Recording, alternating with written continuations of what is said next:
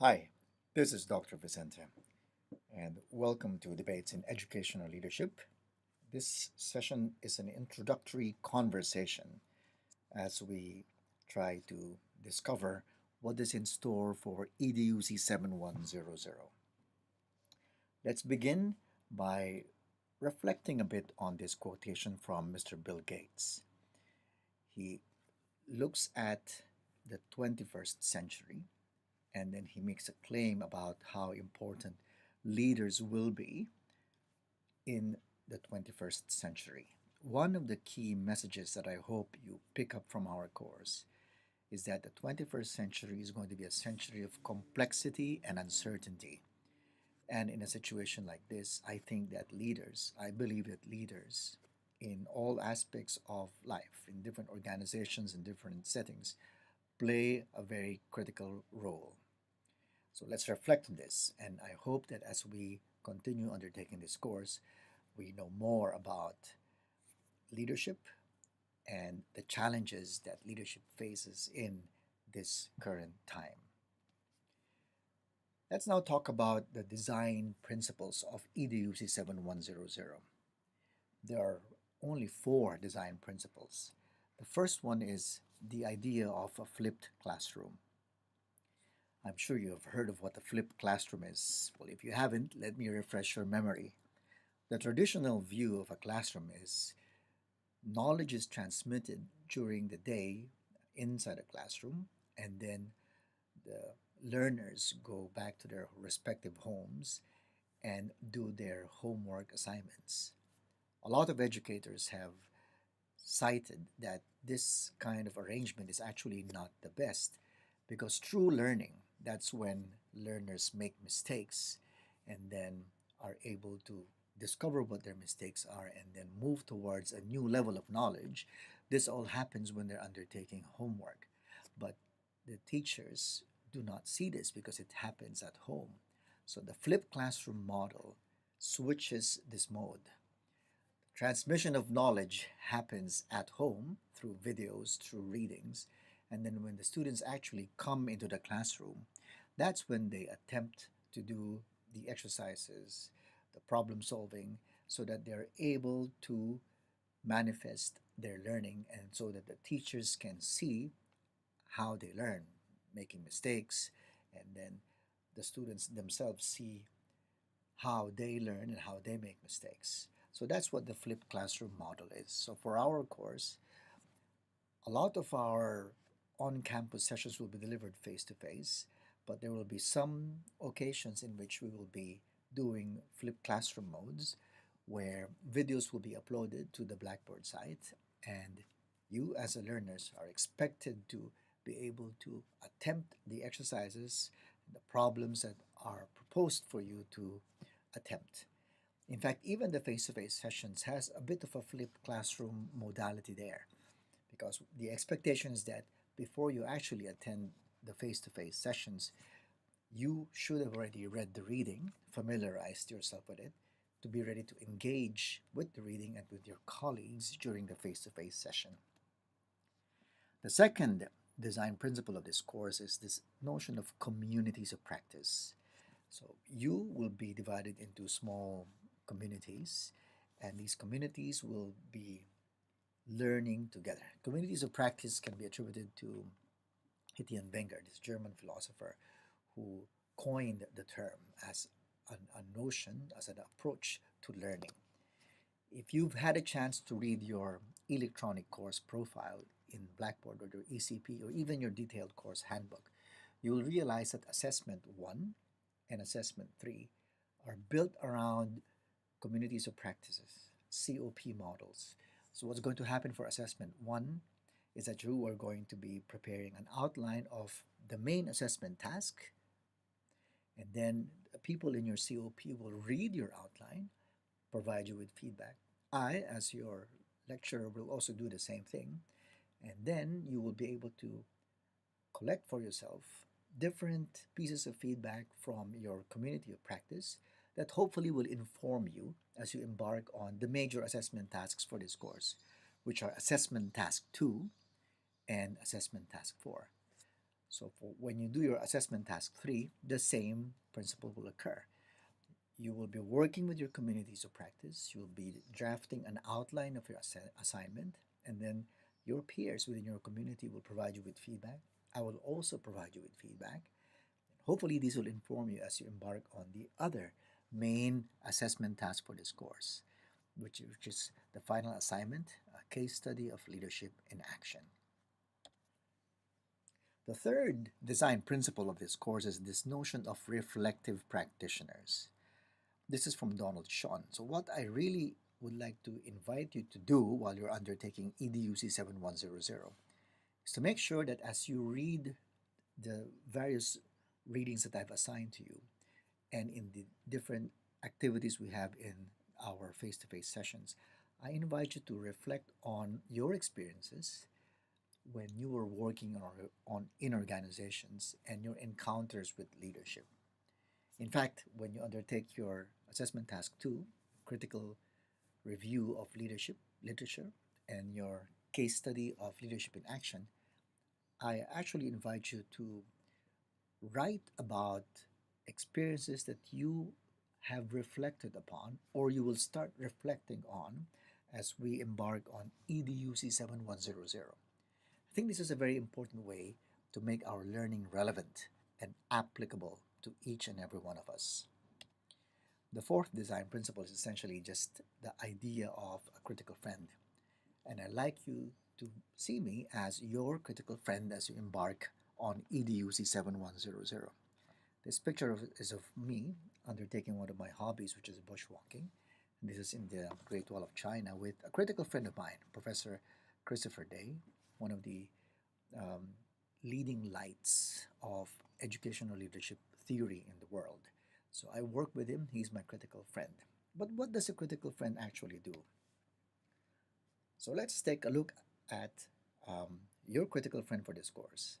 Again, my role here really is to be somewhat of a trusted person who asks provocative questions, provides data to be examined through another person's lens, and as a critical friend, I offer critiques of a person's work as a friend and as an advocate for the success of that work. These ideas are from Arthur Costa and Bena Kalik.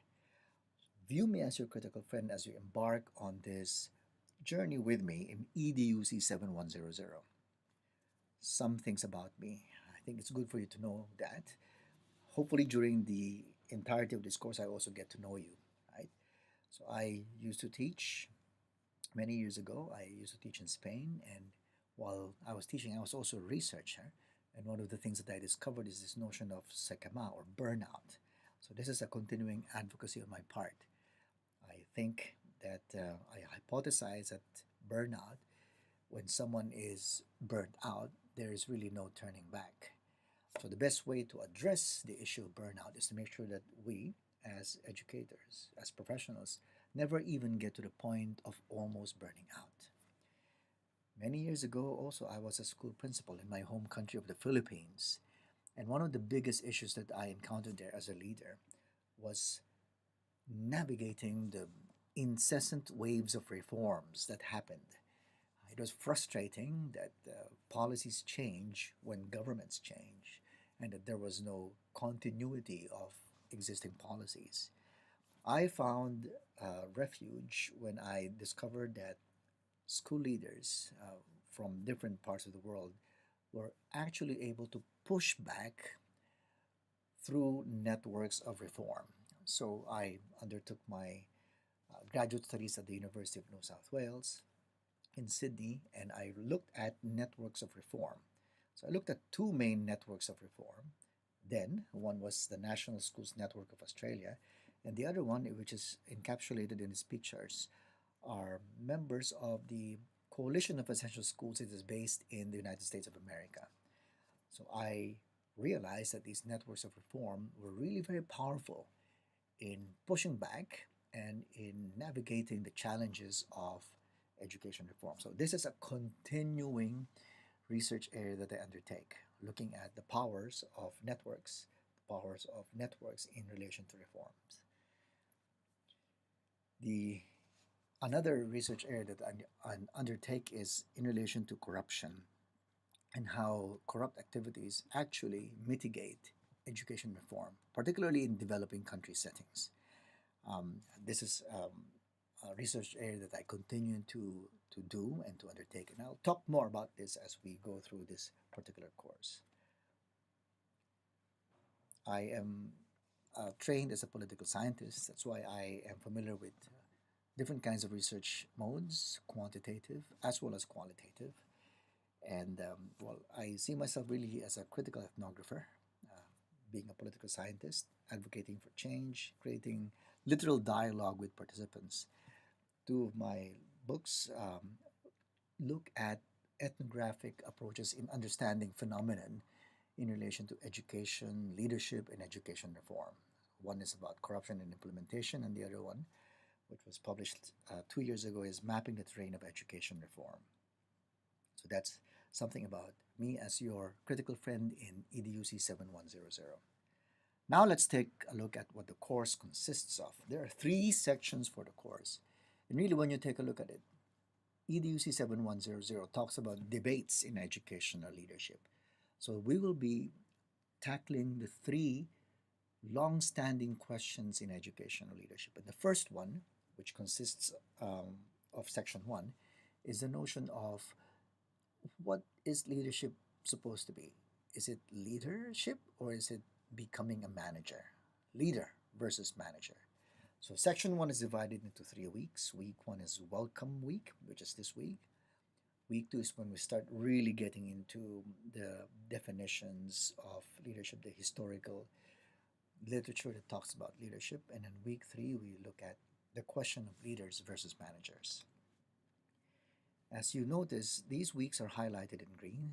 These signify that there will be face-to-face sessions for the on-campus students. For those who are enrolled externally, as you may have read, should have read in the Electronic Course Profile or ECPs, you're more than welcome to join us for our face-to-face sessions.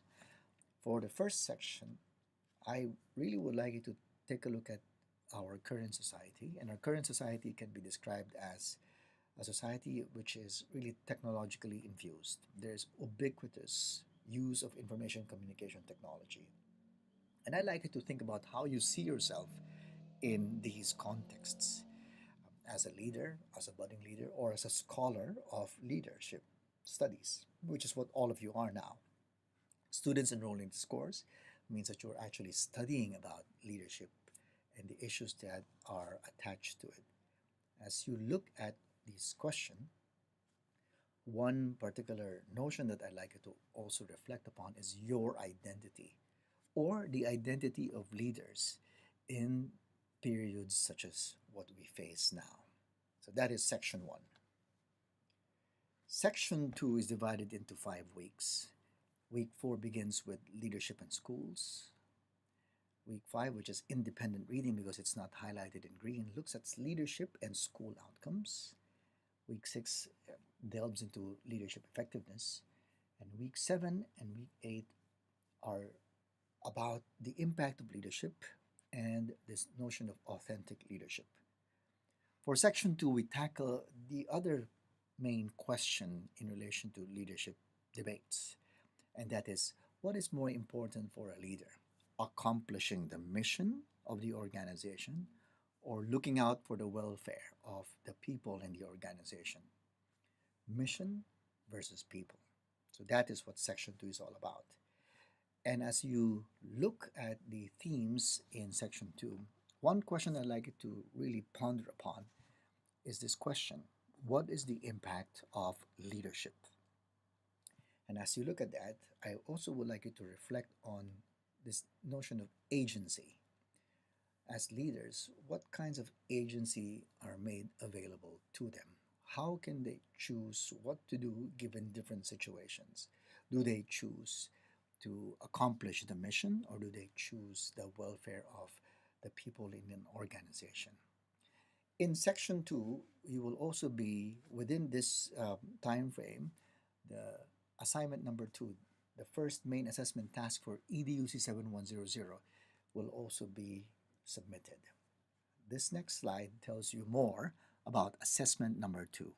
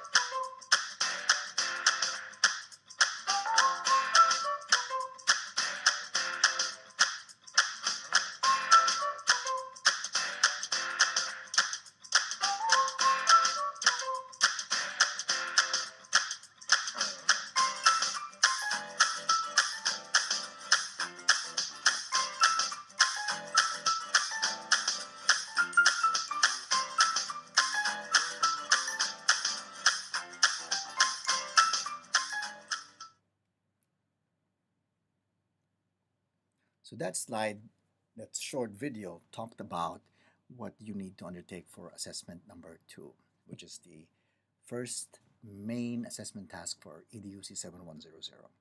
We now move on to the third section of this course. If you recall, the first section looked at one of the long-standing debates in leadership, which is it leadership or is it management? Leader versus manager. That was section 1. Section 2 looks at another long-standing question in leadership, which is what is more important for a leader? Accomplishing the mission of the organization or looking out for the welfare of the people in the organization? Mission versus people. Section 3 looks at what leaders need to undertake in the 21st century. Again, the assumption that I make here is that the 21st century is a century of complexity and uncertainty. We don't know what's going to happen. And as the days pass by, things are really becoming complex. Just take a look at what's happening now in the world. You have the Brexit in the United Kingdom and Europe, and you have all this move towards the right wing in different parts of the world, in the United States, in some parts of Europe. So, for a political scientist like myself, these are all very intriguing, complex ideas that are occurring. Well, these have an impact on leadership, right? Because the context that we have, the environment that we have, first it's ICT infused, and at the same time, it's becoming really unpredictable and complex. So, the section 3 is composed of 4 weeks. 3 of them are face to face. We look at global education in the 21st century. We look at leadership in periods of uncertainty. We look at critical reflective leaders. And then week 12, which is independent reading, looks at critical reflection and leadership. A question that is very important for section 3 is this one. How does one lead in periods of uncertainty and complexity? If the direction in front of you is unknown, how do you lead? Usually we are able to make decisions based on the past. We take a look at what people did in the past, and then we mirror or we learn from those experiences. But I'm making a claim that the future, the 21st century, is so unpredictable that there really are no models from the past to look at. There are no antecedents, no precedents. So how do we react to something which is uncertain and at the same time complex? And I'd like you to reflect on this notion of autonomy. So how do we as individuals, budding leaders, scholars of leadership, how do we exercise autonomy? How do we exercise independence in choosing a decision and sticking to those decisions? How do we make decisions in periods of uncertainty and complexity. Also, in section 3, the final assessment task, which is undertaking a case study, is due to be submitted. That should be submitted in week 12. And the next short video gives us more information about this final assessment task.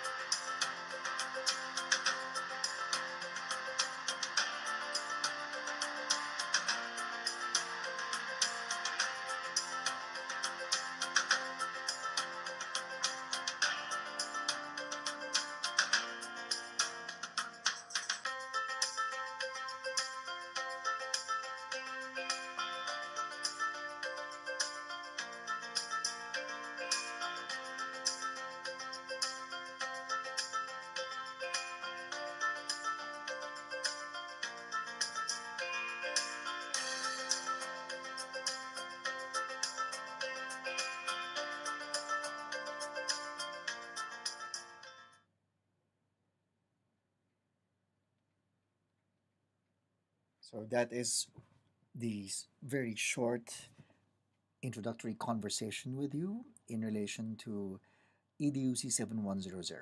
Again, this is essentially the welcome week. I invite you to take a look at the electronic course profile, take a look at the um, detailed course handbook, and read the different assessment tasks in order for you to be familiar with what is required for this course. My contact details are there. If you have any questions, please feel free to email me or drop by my office here at the School of Education. Welcome again to EDUC 7100.